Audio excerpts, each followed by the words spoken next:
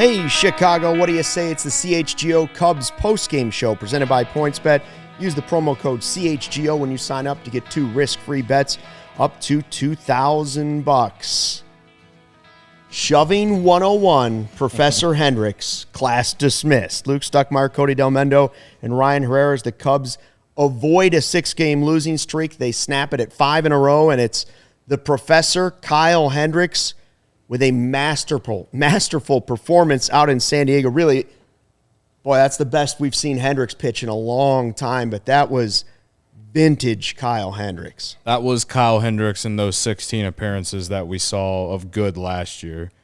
Let's just start with the fact that it is night and day on pre and post today, because we were all, specifically me, I was yelling into this microphone, pissed off about the Cubs weekend. And now I'm here, and I'm like, honestly, I'm just happy that we get to celebrate something tonight. Like it's been so bad that I felt like I haven't done it in a while. So it's just nice to win one. You know the Kevin Malone gif or video from The Office where he's just like, it's just nice to win one. Like that's where I'm at tonight. Like it's like I feel like I lost like 50 pounds off my chest tonight. Like, this is what the Cubs do to me. This is what this stupid baseball team does to me. It's just like when things aren't going well, everything is miserable. When something good happens, like tonight, you're on top of the world. I don't care that the Cubs are now 10-18. I don't care that we're one of the worst teams in baseball. What we saw from Kyle Hendricks tonight was awesome, and it proves once again that you don't have to throw 100 to be a really good pitcher in baseball if you know how to pitch. Yeah, I mean, Kyle, of course, like you already said, like great game. That 8 2/3 nearly had the first complete game shutout for the Cubs since Alec Mills' no-hitter in September 2020. But yeah, 8 2/3, just 3 hits, 1 walk, 7 Ks. Got up to 116 pitches. So, like, if we're talking about, like, oh, these guys aren't going to be stretched out. No, they're stretched out now. Kyle Hendricks is just stretched out. He can go full 9 if he does what he did today. Yeah, but even, like, his advance, like, you look at on StatCast, I mean, he had 10 whiffs on the changeup on 25 swings, 4 more whiffs on the four-seamer to go along. He also had 10 called strikes on the four-seamer. He had 14 called strikes plus whiffs, which is a 42% just based on, the four-seam fastball numbers. He had an 80.8 average exit velocity, which is 8 miles per hour lower than what it was for the season. And that's on 20 balls in play too. So it's not like it was like a few. It was not for one game. That's a pretty big sample size. Like that's that he is limiting the hard contact. He did that all night tonight. Got just a bunch of swings and misses with that changeup, a couple with the fastball, and just really looked like you talk about the vintage Kyle Hendricks. Like that was it tonight, and that's obviously what the Cubs would like to have more of more often than not from Kyle Hendricks. But at least for tonight, kind of got the monkey, like you said, weight lifted off your chest, get a little monkey off the Cubs. 14 out of 17 they had lost. Get the monkey off the Cubs back for at least the night, and a little bit of momentum going into this road trip. We were off camera and we were like, it would be a success if this team goes 2-4. They already got one win out the gate, so it's like. Again, I'm not jumping. I'm not yet. I'm not jumping to way ahead here, but I'm just saying like this is a good Padres team. This is a team that has a good World Series aspirations just as much as the Padres. I don't care if Tatis is out right now. Like that's even without him, they're a really good ball club. So, 19-10 coming into today. I think I want to say they had one of the wild card spots, like that. If the season had ended yesterday, they would have been a wild card team behind the Dodgers, obviously. But that's a good team, and Kyle they didn't do anything against Kyle Hendricks. I don't think anyone got past first base on the Padres today. Constantly soft contact, limiting the hard contact, swings and misses. It was just like that's the Kyle Hendricks that we know he can be. Just these past couple of years, it has not been that as consistently. So you need him to do it more often than not. But that was a good, very, very good outing to watch Kyle Hendricks today. Opening day was good. This was great. And I know in the pregame show, I said, well, if they're going to be as bad as their record is going into this game, no deal can be off the table. That said, I don't want to see Hendricks go. I don't want to see Contreras go. And I was sitting there watching that last inning. First of all, he hit 88 on a four-seamer in the ninth inning.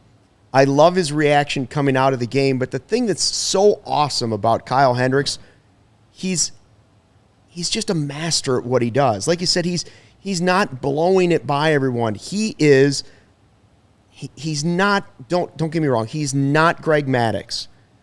But the comparison is so easy between the two of them because they pitch in a similar way. They're just a step ahead of the batter when their control is working.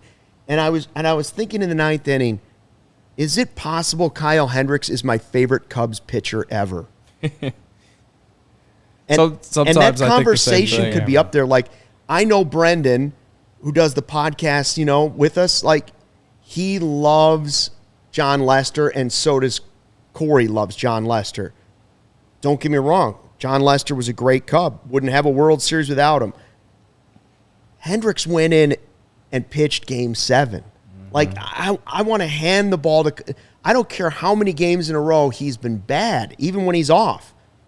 There's something about Kyle Hendricks and the way he does it, and does it without even breaking a sweat. Like, I was joking when I was like, let him go 130 pitches, because it doesn't look like he's even working out there.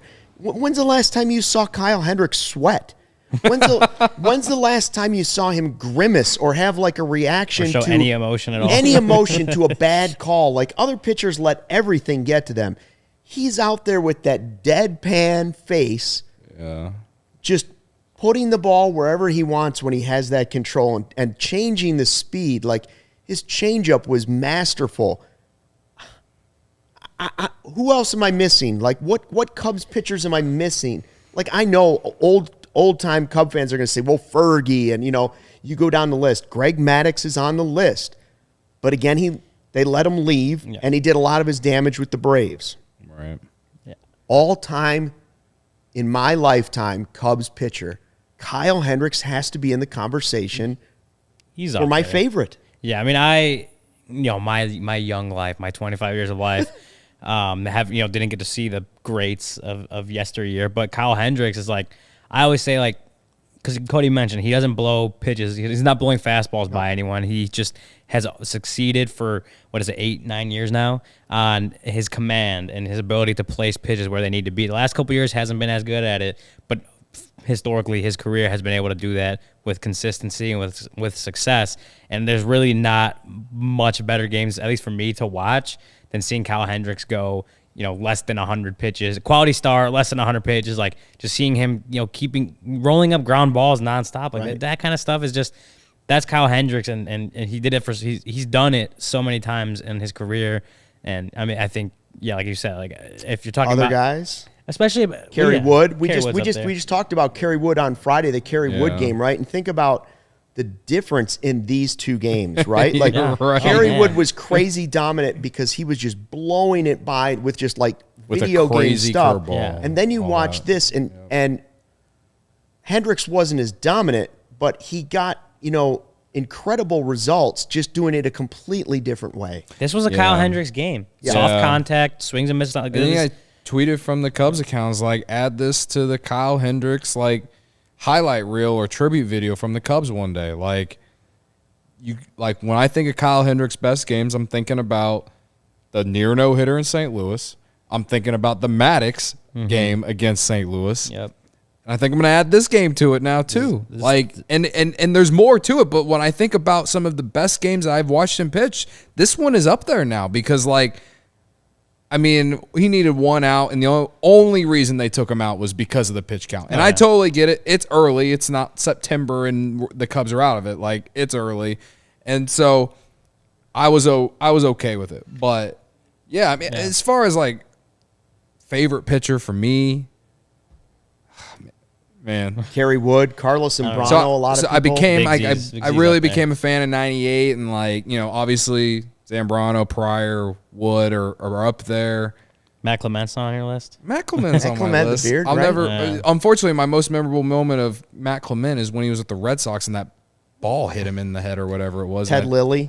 Ted Lilly. Yeah, Lilly. I'm just giving like Dempster. recent names. Yeah. I mean, man, Oh, if you think about just like from the turn of the century, I like, honestly- the millennium, I he honestly might be think- number one. Game 7. If you think about just from the millennium since 2000, Kyle Hendricks I may think be people would number say one. Lester. I would guess that Lester would be the number 1 vote, but Kyle Hendricks is up there, and I see Brendan. who's saying- Arrieta, okay, Arrieta, yeah. See, I forgot for a Arrieta's still second about mine, Jake. and it's only because the guy goes out there. It doesn't matter what the degree is, or where no sleeves, has the beard, and just dominated you. I don't care For if it that was for stretch, only yeah. like Yeah, a 4-year stretch. I don't care. He was the best pitcher on the planet for a whole half season. Won a Cy Young. Was literally at least a large percentage of the reason why the Cubs did what they did in 15, and I'll never forget it. And it led to what came up in 16. But again, Kyle Hendricks is in the there. conversation He's there, with though. Lester, Yeah. Arrieta. Brendan saying I needed that Hendricks win, and then he's also saying Game 6, Kyle Hendricks 2016 NLCS win against the Dodgers. That's right? true.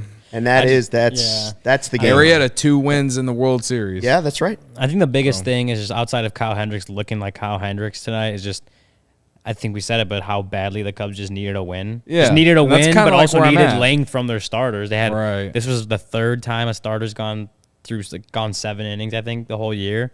Like they needed some length. That bullpen, they had a long weekend, and they're going into today had covered more innings than the starting staff did, the rotation. So that was just a game that, one, you needed someone to come in and just put the Cubs in a position to win, but also just to get eat up a bunch of innings so that you've seen a little bit of roster shuffling the last few days on the pitching staff that got an 8 2/3 out of Kyle Hendricks. Scott Efros only had to throw 7 pitches like that. Bullpen is pretty much going to be fully rested tomorrow if they need it. Rachel, we were wondering if Rachel was going to be on the show tonight because she's in London. She says, it's 6 a.m. in London. I've got to get ready for work, but just quickly, go Cubs. Kyle is the most underrated pitcher in baseball. And by the way, now they're talking about London, Rachel, that possibly the Cubs Cardinals going back there to finally play now in 2023 is a possibility. I love that on the other side of the chat is Marcus joining in, and he's still thinking pregame. He's like, yep, trade Contreras and Hendricks and get top prospects for him and let go of Hayward. He's still not, He's not letting one Just game in- fool him. he's not letting one game fool him. I understand respect that. it. But I wanna just- genuinely respect it. It's fine. we do enough post-game shows. Enjoy when you see And that's a great game from a Cubs That's player. basically where I'm at. Because again, I really do feel like this is one of those that we'll look back for Kyle Hendricks when we talk about some of the Kyle Hendricks best, like at least regular season performances. This there. one's up there. When I was It looked good. talking earlier about some of his best performances, I was really only thinking regular season. I didn't even think about the postseason, which is wild because obviously there's plenty of memorable moments from him from the 16. Obviously, even in 15, I remember he started a game in St. Louis. The Cubs went on to win. So, it again just nice to win one. Kevin Malone, Cody Delmendo. It was not only like we haven't even talked about the offense yet, and like we scored 6 runs tonight. 6. I know. The First offense time- was there First too. time since they played Atlanta. First time. What did we say? Over three or more, since three or more April runs for the 27. first time since April. Oh, God bless. That's not good. But I see Michael Wagner is on here, Cubs fans, saying it was a fun game. And like most times, a lot of Cubs fans on the road in San Diego. I bet that was a fun game. You could really hear them booing David Ross when he came out to take Hendricks, but Hendricks wasn't having it. He's just like, bad walk. He knew it and just kind of chuckled and laughed. Yeah, I think we were just more like, oh, the game was almost over. Like we just needed maybe one more pitch and we're off, and then you had to wait a little bit for Scotty Efros to get warmed up. But again, like you said, Luke or Cody, understand he was at 116 pitches. He had that walk. He had the deep fly out. Mm-hmm. Yeah, I mean, did 1 out to go in the game, but I think that's probably a good spot. I'm sure they didn't even want to let him go over 110, but because of how much the bullpen's been used, I think they just decided that we needed to do this. And again, he had a shutout going into the 9th inning. I mean, it is what it is. would have loved to see him get the complete game, but again, It would have been nice. it is what it is. Pat Hunt on the chat summing up exactly what you were saying at the beginning of the podcast, Cody. For a wildly frustrating as this year has been, there are moments you can enjoy, and this is one. Yes. It may not. It's not going to possibly lead to 15 out of 16 wins, but that's a game that if it's going to be a tough season, you want to watch. That's one you wanted. Hopefully, you stayed up and watched. Yeah. And if you wake up tomorrow, you're going to be pissed off that you missed it. And his killer. At least we're going to recap it for you in the podcast. Yeah, that's when you true. play it first thing in the morning. But I'm saying Right. I mean, hey, for a game that it's 12:06 a.m. right now. If you're listening, it could have been a lot worse. We could have saw a stinker like we did all week last week. At least we got a nice Cubs win. Yeah. On the late night in the office. I mean like you said, it's now 12:07 a.m. It could have been the Sox. The chat has activity. Like Chat has activity. Rachel's in London, but everybody else is around I don't here. think Cody would even be here on the set still if the Cubs had blown A 6-run. a 6-run lead in the ninth inning. Like the and Sox. Herb is in there in I don't know Studio how B Herb doing is the here, show. doing the blow that 6-2 lead. Herb is pissed, but I called the Josh Naylor game tying grand slam. Luke heard me. I think Cody heard me. I heard you. You were heard there. something. You were in the room. I called that. So I called Hendricks 8 2/3. Then why One didn't- walk. That's why- what I had predicted. But you before didn't. the You didn't game. pick him on who you got though. No, I didn't. But yeah, Anyway. no, it's like the chat is lit right now. There's a lot of people talking. Luke was not in danger of falling asleep at any No, point. I tonight. broke my reader. I got so excited I broke my reader. Yeah. The Jolly Rancher gave him That was- a I good got a- boost of energy. The game That's was, what- and I was fading. I put my head down over. on the table, but then there were those Jolly Rancher Yeah, you should have got one of the Freezy Pops. lollipops over there. The Skittles Freezy Pops is good, but I think That's the for Friday. number one thing to come out of this game was like right 3 hours on the dot. Like that's That's what you're hoping can't ask. for. You can That's ask what for you're you can ask for a hoping little for. lower, but you can't ask for much more than that. And Hendricks had a big part in that. Right. Big part in that. 2 hours and 59 minutes. Actually, look at that. Kyle. Efficient Kyle Hendricks. Efficient. So, yeah, they finally score 3 runs. What was the final line? How many hits did they have? 11, 12? I think it was 11. Now, keep in mind, they had 3 hits all weekend against the Dodgers. 11 hits Total. I'm not talking about like the last game they had 3 hits. They had 3 hits against the Dodgers, right? No, they have more hits than that. I don't think. They had more than don't 3 remember. hits over the weekend. Joey, how many hits did they have against the Dodgers? I'll look. All weekend? Yeah, it Yeah. felt like it was 3 hits. I can look. It this felt up. like 3 hits, but there was definitely more. There than weren't that. very many. There was definitely more than 3 hits. I bet you they had more hits They tonight got than 4. They had 4 on Sunday alone. Okay, well then I'm wrong. They had 5. They had 5 on. Did they have more hits Saturday. tonight than they had in the whole series against the Dodgers? 5. I say yes. Plus No. 6 is 11 plus 4. Oh, 15. 15. All Yeah, I right, can't 15 math. hits. All right. Yeah, I don't math either. I think they scored 3 runs. Maybe that's what you're thinking of. That's 3 Yeah, runs. 3 That's what. runs, Yeah. I was gonna say 3 hits It's is- late. I was- You guys are lucky. that doubleheader was miserable, but it wasn't that miserable. It was 3 runs. I was thinking. I went to the first game during that double. Like, I was actually thinking to myself, I'm like, Cody's staying for another 9 innings. Like, that is freaking crazy. Built Yeah. different, man. That's all I can really built say. different. I am built different. This is whatever. Phil Rudder again, said 7:07 in the morning. Where's Phil from? Phil, where are you from? Phil Rudder. Is that our Ireland friend? No, I thought his name was different. I don't know. Ronan was our Ronan Ireland was our friend. Ireland Ronan, friend. yeah, Phil, where are you yeah. from? Anyway, while we wait for him to We'll respond. wait for your response. We'll wait for your response. Yeah. What do we? Should we talk about the offense? Yeah, I mean, Denmark. we could do the whole Denmark. thing about Awesome. Kyle Hendricks, and we could go on, but it was because it was that good. But just as Talk about how well He was you able guys to all go- did tonight. He was and who you definitely got. able to go as deep as he was because he was not only was he good, but it helps when you get run support though, right? right, Like, yeah, that was almost as refreshing as watching Hendricks pitch against a really good team and just completely Right. shutting them down. I mean, our who you got was as competitive as we've had all season. all Literally season. I mean, season, even Joey's guy, Joey throws in Jason Hayward, and we're kind of laughing at him. But I mean, he made a great catch in the outfield, right? Yeah, he had a great catch. He had 2 hits tonight. He had stolen base.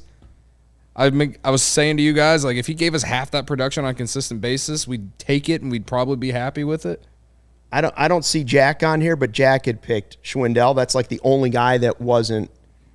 Are we gonna Well, and shift we to don't the want negative already? Yeah, no. if you're watching this podcast or listening to this podcast and you didn't see the game end, you also know that Suzuki left the game with a bit of an ankle injury, like kind of jammed his foot on Yeah, first base. they're So all, that's something to keep an eye on too. So I saw Megan and Maddie tweet out Suzuki's day-to-day, tweet his ankle on the right ankle soreness is what Ross says. I think he was running out that double play at first base and just kind of tweaked it. So Ross was, according to Megan, Ross was told by the trainer it's nothing serious, nothing major. Okay, That's so good. that, I mean, Yeah, that's just- good news. But God bless. Probably more precautionary than anything. Suzuki, tweaks his ankle to get him out of the game. Again, you have Kyle Hendricks rolling, so it's not like you need to push, say, a Suzuki out there. Joey, do you have the box score? Because like I said, our who you got was crazy. I had You had Contreras, who led off in this game. 3 for 4 with a run. 3 for 4, and his 1 out went to the Nearly. deepest part of the park all the way to the wall and looked like he was going to go 4 for 4 with a home run. I had Ian Happ. Hop had 2 RBIs, which is 2 for hard 4, to 2 RBIs, and that hustle double ended up getting Nico Did have a to hustle score. It's probably not Nico tonight. No hits. No Didn't hits, score. but No Ron- hits, but he hit the ball really hard Yeah, every time. it was, Softest. I wouldn't give it to him over those other 2 performances, Right. but He had a was- nice game. It wasn't a bad game by any His means. softest hit or contact made was 95 miles per hour tonight. Yeah, that was his first. That was his first His very first line at-bat. out. Yeah. Every He lined out 4 ball times, he put into basically. play was a hard And one hit of them should have ball. been a homer. It would have been a homer a year Every ago. hit he put into play today was a hard hit ball, at least 95 miles per hour exit velocity, with each one had at least 420 expected batting average. So his box score could easily have said 4 for 4 with a home run. I thought that home run was. I thought that ball was gone off the bat. I thought I think that was going at least 10 everyone runs did. Even deep. Contreras had Yeah. one that went to dead center. Yeah. So Nico's. I tweeted it out, but his box score. You look at the box score, you see over 4.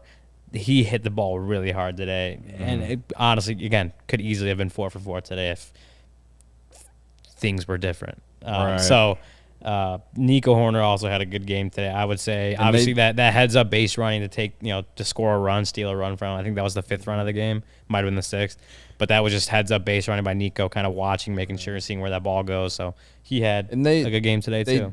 I mean, they got the first 3 runs off Mackenzie Gore, who is good. I mean, he has a very bright future at the major league level. He's a guy that I know Cubs fans were hoping would have been part of that Yu Darvish deal a few years ago. He's in talks of being part of that Rookie of the Year chase. Like, they didn't score these runs off some bum from Pittsburgh or Cincinnati. They did this off of a very highly touted power left-handed starter tonight. Yeah, they made him work 5 innings, but he threw 89 pitches. The Cubs got 7 hits, 3 earned runs off him like that. They made him work, and they hadn't seen that in a few games. Hadn't seen the starting pitchers have to work that much. So Right. Cubs offense came to play today. It overall was a game that the Cubs needed coming out of that 5-game losing streak, but just coming out of that crazy run they had starting in Atlanta. Just you need a game like that from the Cubs. Cubs needed a game like that just to kind of get out of their own funk and kind of start this road trip the right way. So that's both sides of the ball was excellent today. Somebody on the chat, Liam just said Gomes was amazing tonight too. He did have a good game. He did. I was happy to see He threw a runner out too on defense. Gomes, that play where Nico hustled in and beat that throw to home and got up. Yeah. I was happy to see just that he got up with some energy. Yeah, and excitement. kind of hyped the dug. I don't know. I think it goes underrated. I just think it would be kind of easy for this team. It's still early, but Just to just fold. not give a shit. Yeah. Really. I mean, they're obviously going to play, but I don't know. I just think I'm happy with the character of the team right now, and they looked like they had some real fight tonight. And it's just promising for a young team that's been struggling. And to me, what you just said gives a lot of credit to David Ross, in my opinion, because Just keeping these guys going. He's keeping the guys going. He's a rah guy. Like that's the big reason why he's there, in my opinion. That, and I do think he can manage a bullpen way better than Joe Madden did. So The former catchers know kind of how pitching staff's work, Yeah. how to work a pitching staff. So I think Ross. But yeah, Well, I yeah. mean, Ross is a very, and you can tell just in the way, guys talk about him and guys, think about him. But these guys really buy into what David Ross is selling out there. So when he's, you said it.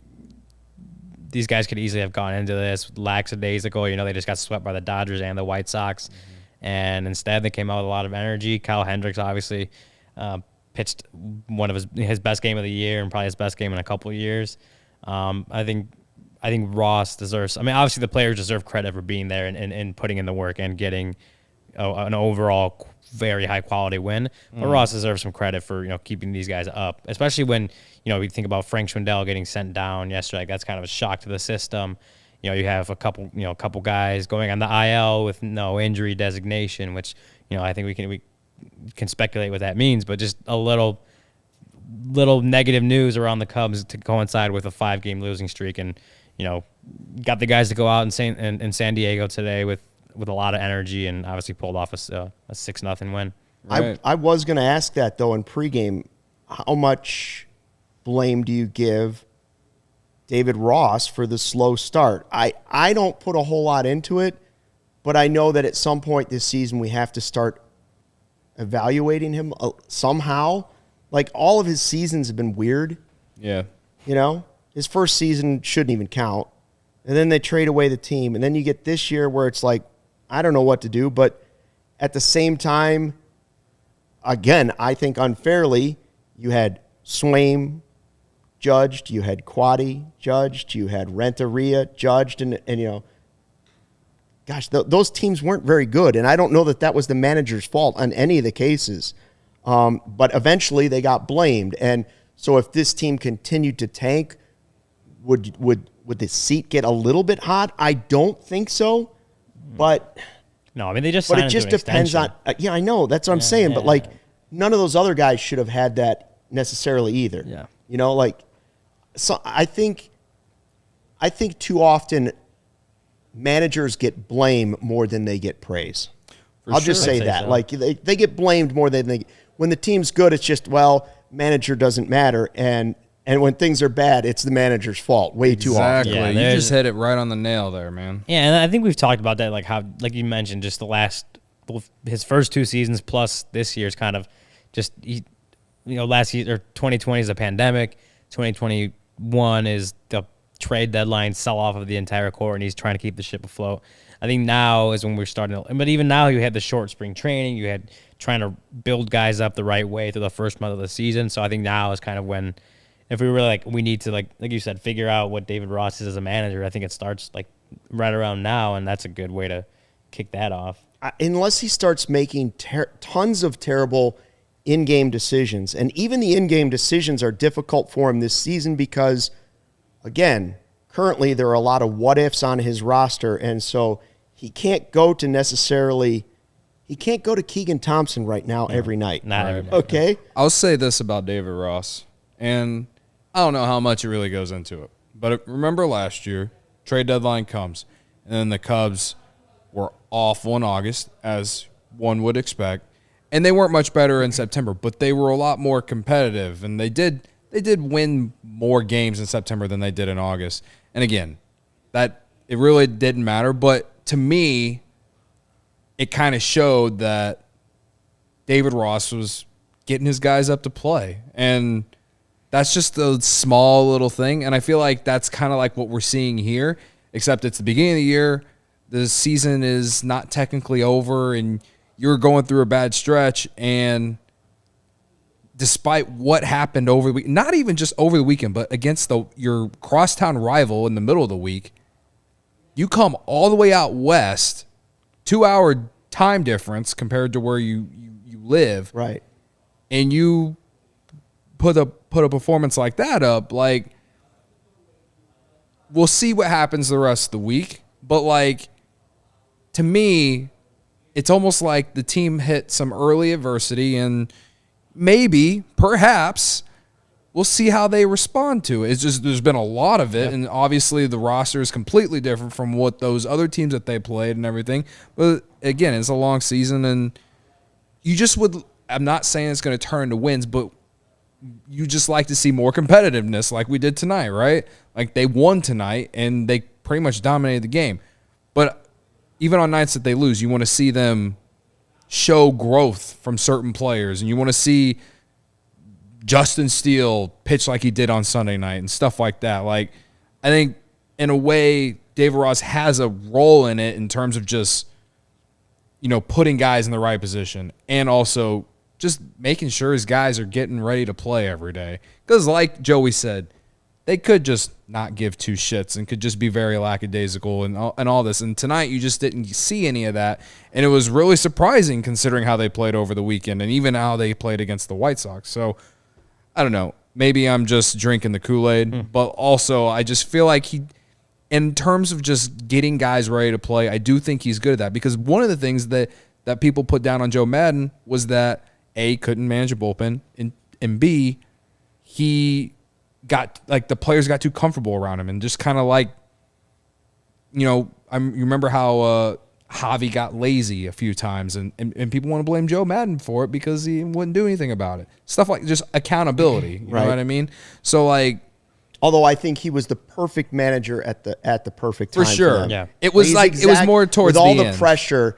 His stuff of bringing in goats and animals and snakes, The giraffe, and Yeah. an Especially for how ostrich, young- all that stuff. Like that was Right. the young How when they young were that young. team was, yeah. That was Right. with the history. That was the perfect guy. Again, just one game, but I'm interested to see how the Cubs play now the rest of the week, whether there's more wins or not. If the Cubs at least play better than they did last week, if their offense puts up more than one run for this entire week and they go say they go 2-4, like Luke said, that'd be a successful. They go 2-4, but they score runs and your pitching is whatever. I go for me with where this team is right now. I'm okay. At least we're not the Reds or the Pirates level. Wait a minute. If the Cubs do that, I will not believe. I may have misjudged the Pirates because they're a little better than I thought they were. They did beat the Brewers, but like you kind of were saying, or Cody, the Dodgers. I'm curious. We'll ask in the post game, or we'll when we're talking to Ross, we'll ask him about specific guys, e.g. Frank Schwindel, or guys that are struggling, and when Seiya Suzuki's going through his struggles, and a lot of times Ross talks about you're going through adversity, or the teams are adjusting to you. You go through a little adversity, and it's kind of about how you adjust back to that. You also look at that at the team level. The Cubs just went through a very rough stretch of 2 weeks. How do they adjust? How do they respond? How do they react to all that adversity? You saw a good first step today in beating the Padres and just looking really good overall. But now it's can you go 3-3? Can you take 4 games somehow this week? That's obviously a huge step in the right direction if they can go 500 these next 6 games. Versus if they go 3-3, because I had said in that last stretch where they went 2-9, I said, well, if they get 4, if they would have won 4 in that set, I'd have been pretty impressed against the 4 teams that they were playing. Only really the White Sox were struggling at that time. Yeah, even they had the White Sox are. They're still a loaded lineup. White Sox are loaded, and it was Giolito and Michael Kopech who are 2 of their best pitchers. And the Cubs did, those weren't bad. They didn't play well. They didn't play well, but they didn't play bad. Anyway, so they did against it's the just Dodgers. what I was back to my point though is, again, David Ross talks about making adjustments, facing adversity and going through how do you respond. It's the same thing with the team. How they went through this adversity, they responded well today, and now it's just they have to keep it going because they got their 10 they're 10-18 after today still, so they're still not looking good on the win-loss record right now. So the Cubs obviously have to keep the momentum they built today in this win. They have to keep that going, but obviously it's again good first step, good step in the right direction. And we'll see just kind of how the week goes and just how the next few games go if they can keep that kind of momentum rolling. Guys, see Dubs on the chat says that Seiya said, quote, "I'm fine." So again, let's not worry too much about Seiya Suzuki because I'm a little concerned when I heard that. Anytime a guy jams something on a base, you worry that a ligament or something went wrong, but it does not appear that's the case. It sounds like just twisted his ankle or jammed his ankle a little bit. So that's that's the good news. No question, this was a positive response to a really tough weekend against a really good team, and this was another good team. So I don't know what's going to happen moving forward, but it's one night, it's one morning where you might be listening to this podcast now, and you're thinking, this is going to be a long summer. It might be, but this is one game. If it's on the DVR or if you're just listening to the podcast, it's one you can enjoy. Yeah. And again, for the expectations for this Cubs team, this will be one that we're talking about at the end of the year. So enjoy it, and we'll see what happens. Who knows? Maybe this is a building block or whatever. Now, I hate to bring you down, Cody, but did you have any bets on this?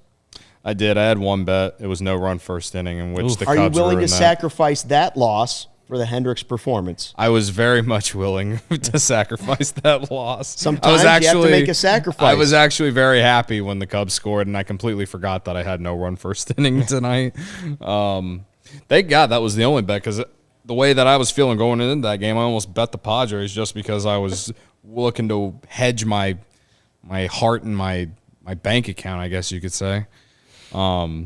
Anyway, the best way to support CHGO is to download the PointsBet app and use code CHGO when you sign up. If you make a $50 or more first-time deposit, you'll receive a free CHGO membership, which unlocks all of our web content. You'll even get a free shirt of your choice from the CHGO locker. If you have any questions, email pointsbet@allchgo.com, and we'll help you. Remember that PointsBet is your home for live in-game betting. They even have a new exclusive feature, live NBA same-game parlay. For the first time ever, build the perfect live same-game parlay only with PointsBet. Combine your favorite bets anytime during the game. You can even boost your live same-game parlays. And now online sign-up is available in Illinois. You can actually download the PointsBet app right now and register your account from start to finish, all from your phone. It's 12:30 in the morning, and I swear to you can all do it because I watched Luke do it. I didn't really actually watch him, but I just imagined what he did or how he did it, and I'm stop dreaming about me and PointsBet. if you have watched or listened to this podcast since the beginning of March, you understand what I'm getting at. Anyway, signing up with the fastest sportsbook is now easier than ever, so you can start living your bet life in seconds. Use code CHGO to get 2 risk-free bets up to $2,000. So what are you waiting for? Once the game starts, don't just bet. Live your bet life with PointsBet. Gambling problem? Call 1-800-522-4700. Hope you like what we're doing, CHGO. We got the podcast. You're waking up in the morning tomorrow. If you didn't see this live, you got it ready to go on your commute or as you get ready for school, and live shows, every team, every day, post-game shows. Doesn't matter what time of day. We're there for you. Post-game show right afterwards. Premium written content for the members. Jared and Ryan doing great stuff at allchgo.com. Dope merch for all the teams. Cody's got the Cubs swag on today for us. I do.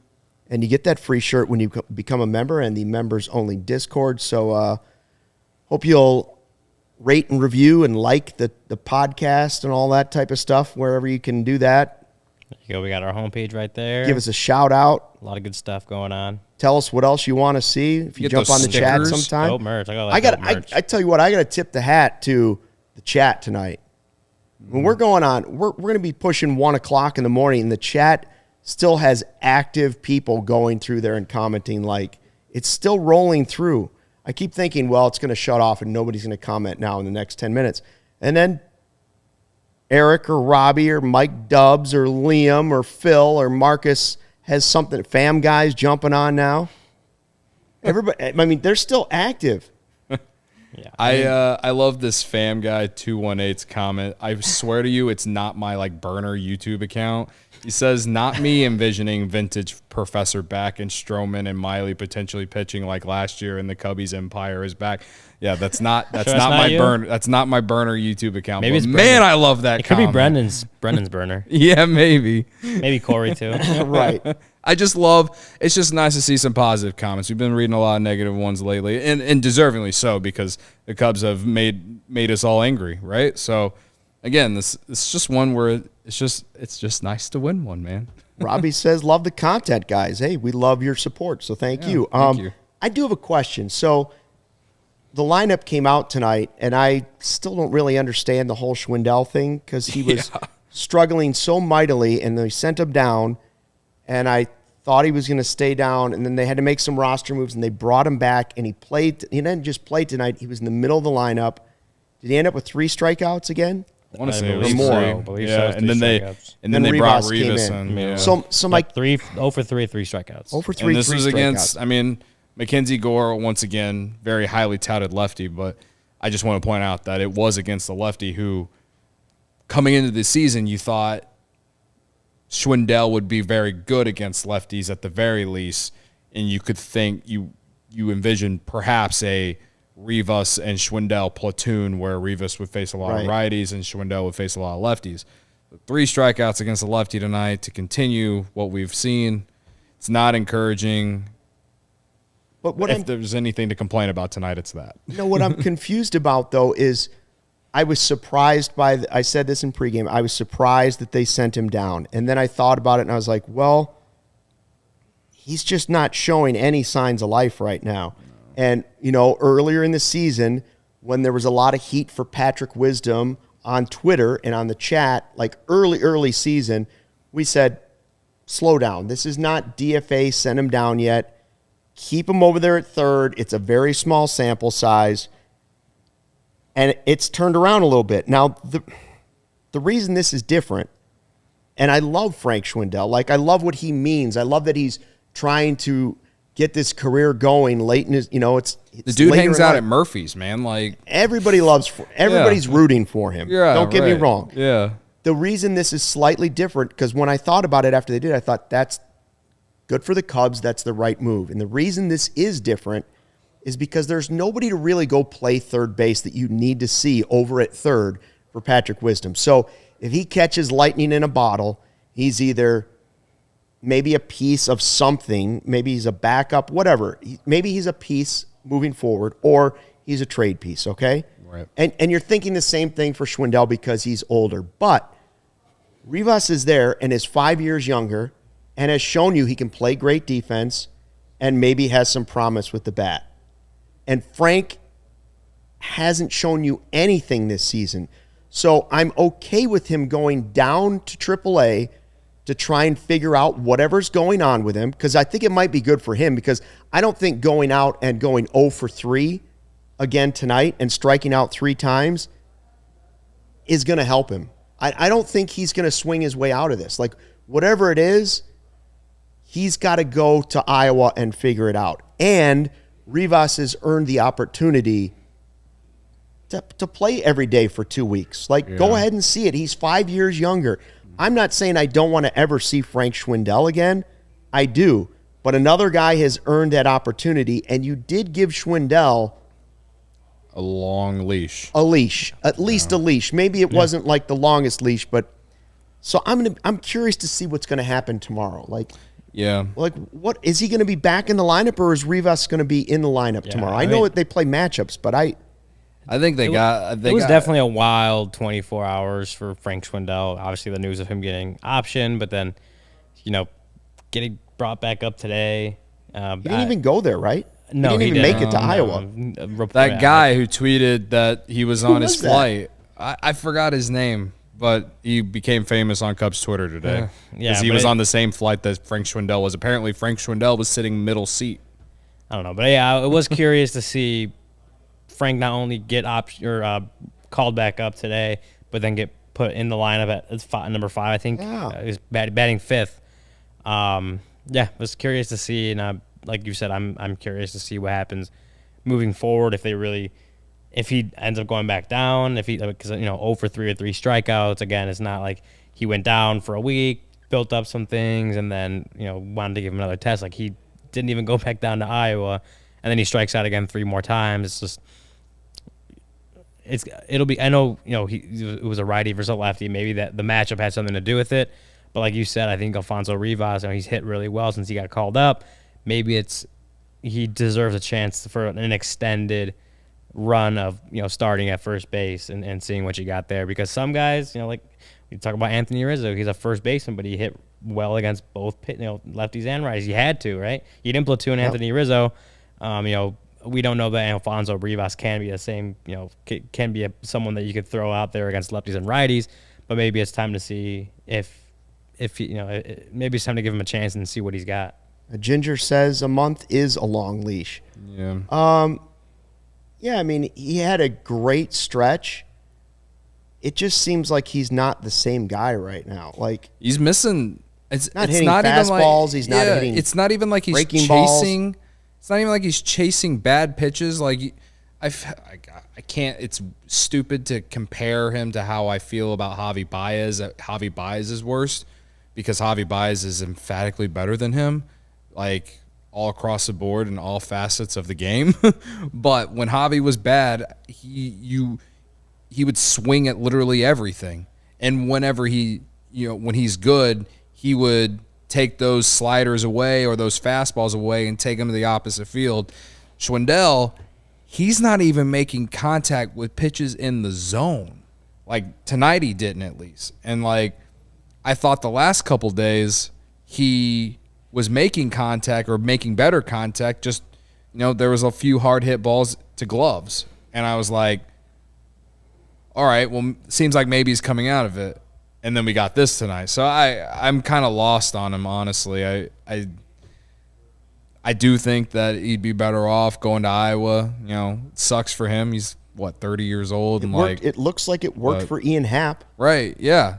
I mean, we can talk about the age difference and everything all you want, but, it's not like great players haven't gone down before to fix themselves. I mean, not like, again, I'm not trying to compare Frank Schwindel to some of the top players in the game, but even we've seen that happen. And I mean, again, like what could it hurt? You said, give Rivas full-time at bats against lefties and righties for 2 weeks and see if it plays. See how he does against both. Well, we keep saying this season's about evaluating and exploring and all these other things, and he had a month. And now, while there's another guy that can play that position, unlike third base, really, where VR is an older guy, you wouldn't be finding out anything over there if you just put him at third every day. Well, he didn't play third base very well. Rivas is pretty good defensively. And how can you judge Rivas unless you give him the same opportunity or at least a couple weeks of playing every day? Like, It's tough to really get a judgment on any of these guys if they're not getting at least that type of stretch. Because just go in and out, I get it. That's the world of baseball. But the Cubs are in a position right now where they might be able to give somebody 2 weeks at first base, 3 weeks while someone goes and works on something down at the minor league level. Yeah, like you said, that's the world of baseball. But platoons are a thing. You don't have a set starting. No one has set starting lineups every single day anymore, every single game. So I mean, if Frank does end up going back down to AAA, that should open up the chance for Rivas to really get reps at the plate against both lefties and righties and see what you got there. And then, obviously the Cubs will have to hope that Frank goes down, figures some things out, does well, and then a lot of different variables. But say he does well down in AAA, Rivas is not doing very well against lefties, then you can bring Frank back up and do what you've been doing already the first month of the season and platooning and playing the matchups. But I do think that I agree with you, Luke. Like, Rivas should get more opportunities against lefties, just really see what he can do in an everyday role. Frank obviously was he was optioned yesterday for a reason. I think it just had to do with the IL placements and the roster shuffling, which is why they I don't know if there was like a AAA guy they could have brought up instead, or they just wanted Frank back up, or what it was exactly.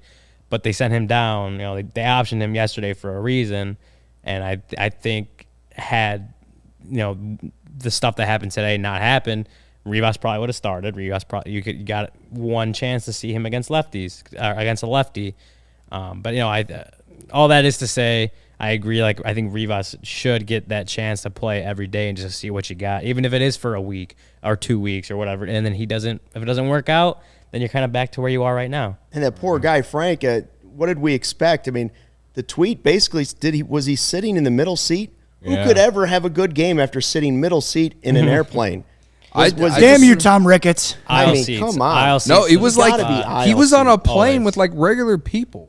Like, Like I think he was getting like he was Yes, gonna and in go the middle seat. Yeah. I don't know if Well- it was Southwest. Did he have to like? well- Was he boarding Group C? What happened to him? I honestly just think he's just the man of the people. He Well, was just the like, Cubs you did guys. go. The Cubs can did have fly the out outside. yesterday. They did fly out to San Diego last night. I think it was right after the game.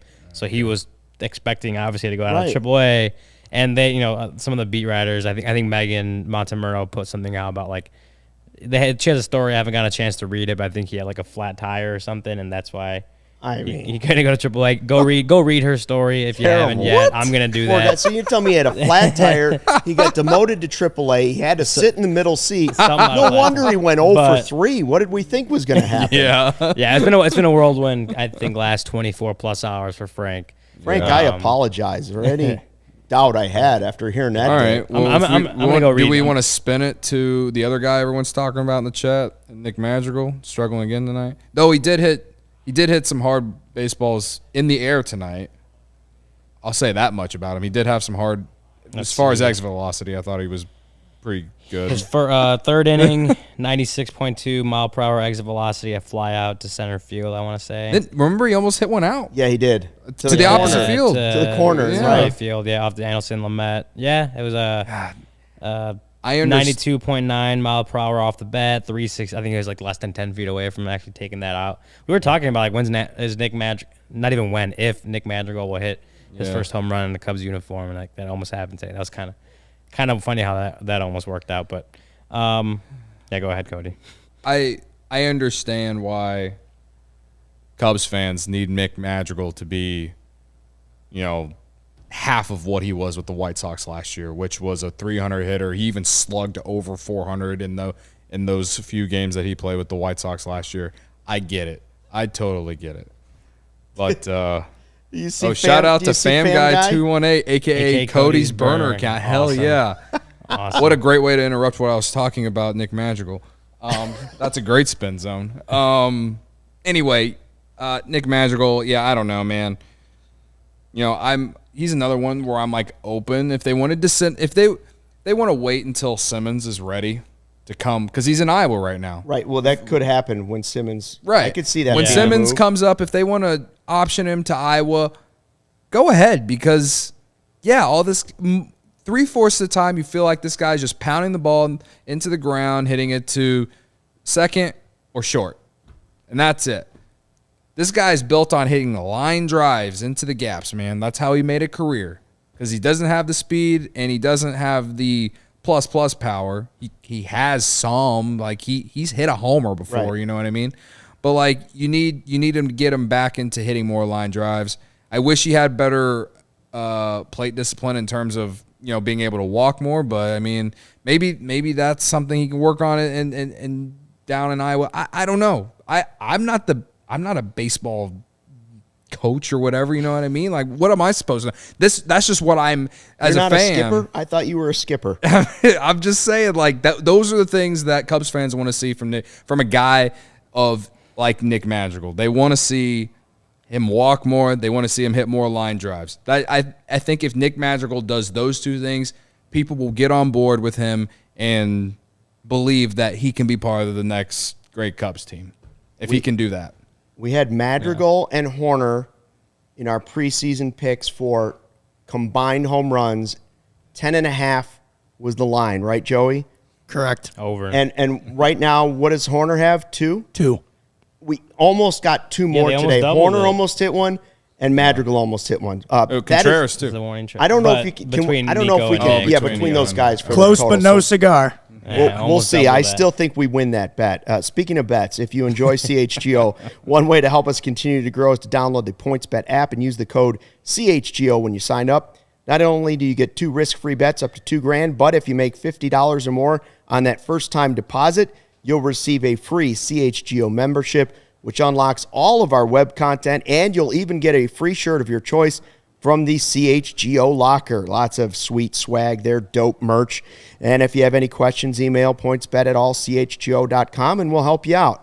And in case you missed it, online sign-up available in Illinois. You can actually download the PointsBet app right now and register your account start to finish, all from your phone. You'll be signing up with the fastest sportsbook, easier than ever, so you can start living your bet life in seconds. So what are you waiting for? Once the game starts, don't just bet. Live your bet life with PointsBet. Gambling problem? Call 1-800-522-4700.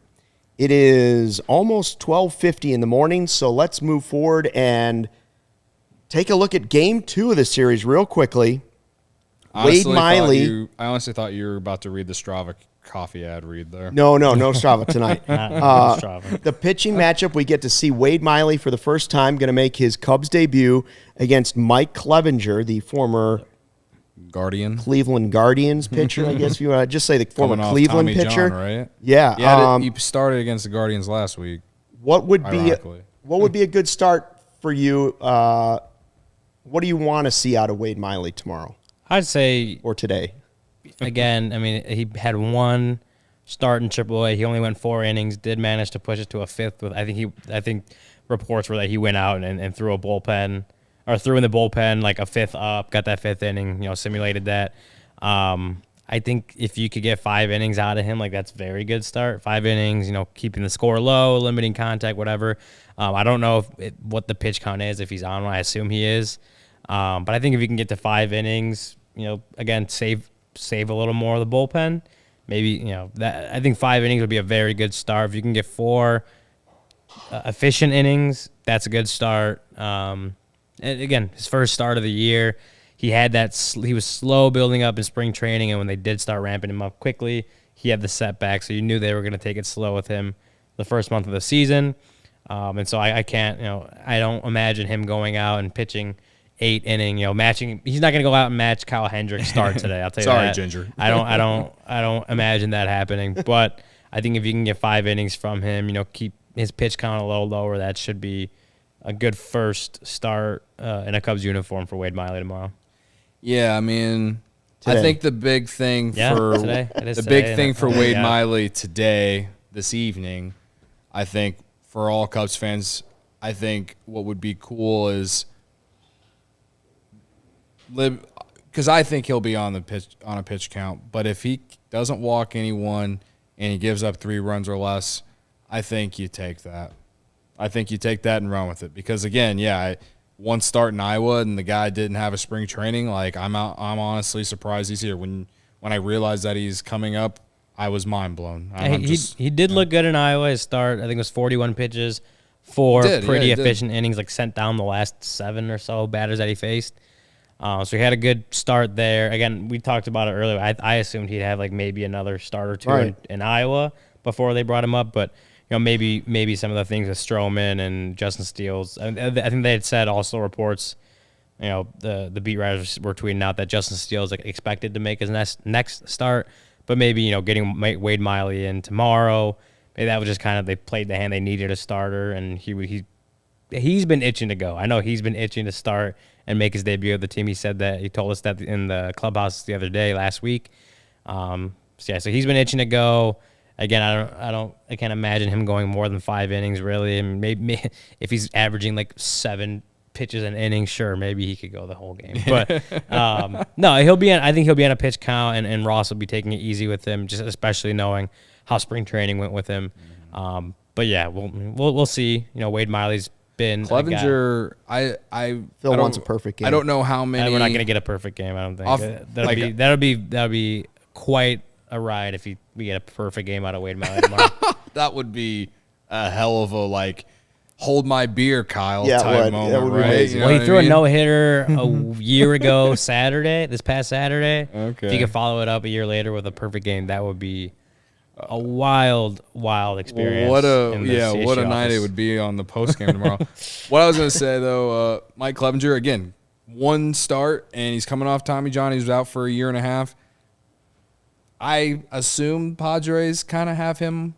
They're slowing him back in too, so I feel like there will be pitch counts for both guys tomorrow. I think that in a way bodes well for the Cubs here. Hey, I'm not jumping too far ahead, but if you win tomorrow, you're like, holy shit, we won a series against the Padres. So I'm just saying, 1 game at a time. I'm enjoying this one.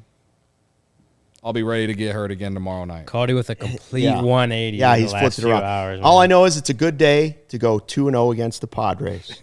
And that's only possible because of the professor, Kyle Hendricks, and the absolute gem. He threw almost a complete game shutout. Just short, but one of his best games in a long time. Cubs beat the Padres in the first one. We'll be back here for the postgame show later tonight. Thanks for dropping in to check out the CHGO Cubs postgame show. Take care, fly the W, and enjoy the weather.